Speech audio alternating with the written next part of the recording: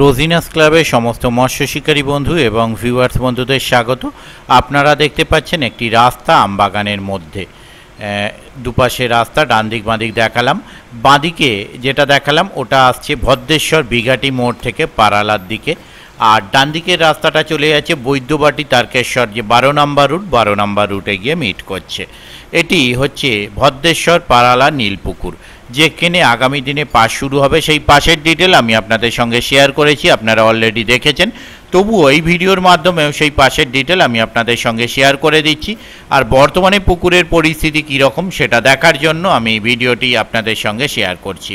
যে রাস্তাটি দেখলেন সেখান থেকে আমার ভিডিও করতে করতে আস্তে আস্তে হেঁটে যেতে সময় লেগেছে 1.5 মিনিট মতো।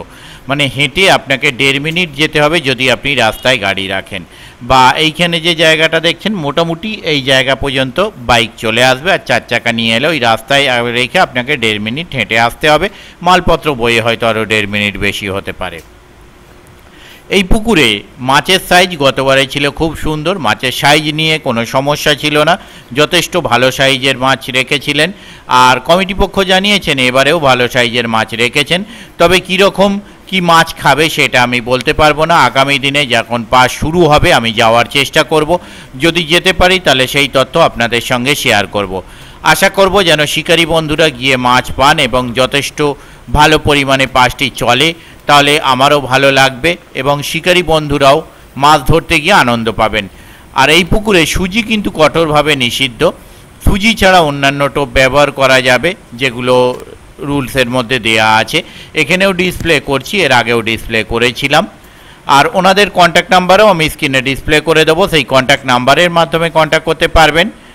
আর এখানে পাস শুরু থেকে শেষ পর্যন্ত কীরকম কি চলবে সেটা প্রথম দিন চলার পর ডিটেলটা আমি আপনাদের সঙ্গে শেয়ার করে দেব। দেখছেন গতবারে পুকুরের জল যেমন অনেক নিচে ছিল, এবারে নিচে নেই, এবারে জল যথেষ্ট ওপরে। তার কারণ আমরা জানি এবছরে জল যথেষ্ট পরিমাণে হচ্ছে, ম্যাক্সিমাম পুকুরগুলোতেই জল প্রায় ভর্তি হয়ে এসেছে। তবুও এর জল অনেকটা নিচে রয়েছে, কিন্তু গতবার যতটা নিচে ছিল ততটা নিচে নয়। এখন ছিপ ফেলার যোগ্য একটা জায়গায় জলটি রয়েছে। দেখতে থাকুন বাকি ভিডিওটুকু। আমি আপাতত বিদায় নিচ্ছি, ধন্যবাদ।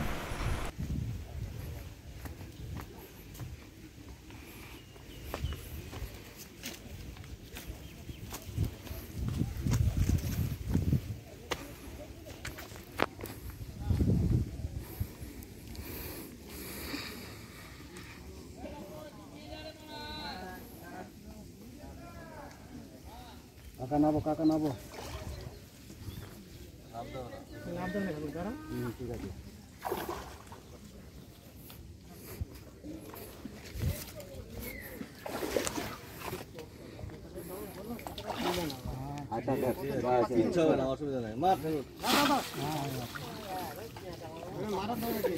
বলে গাওয়ানি পুকুরের মাছ এক্ষুনি ডুবে যাবে, অ্যান্ডিস খেয়ে নিয়েছে।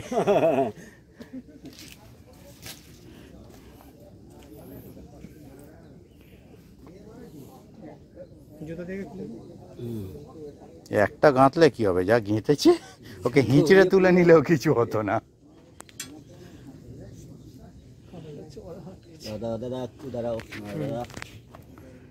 আটকেছে, একদম জব্বর আটকেছে।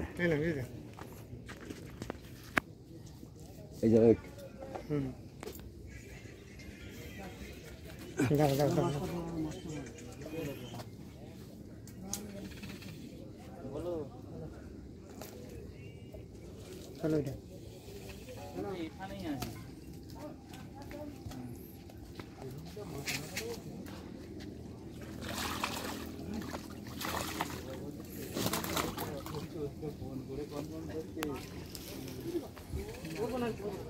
ঠিক আছে, নাদা হয়তো যাবে না।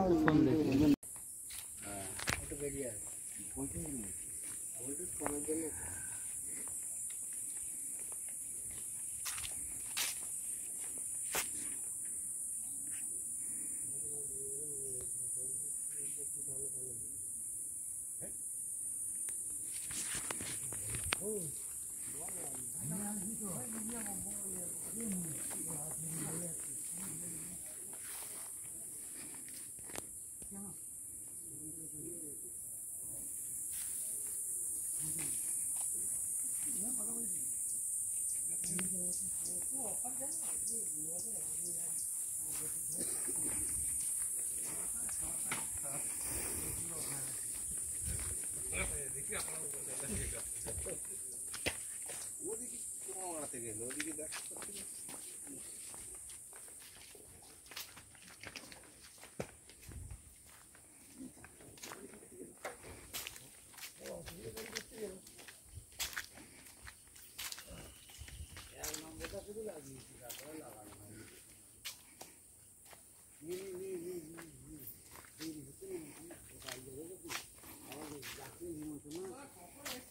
ঠিকঠাক হয়ে গেল।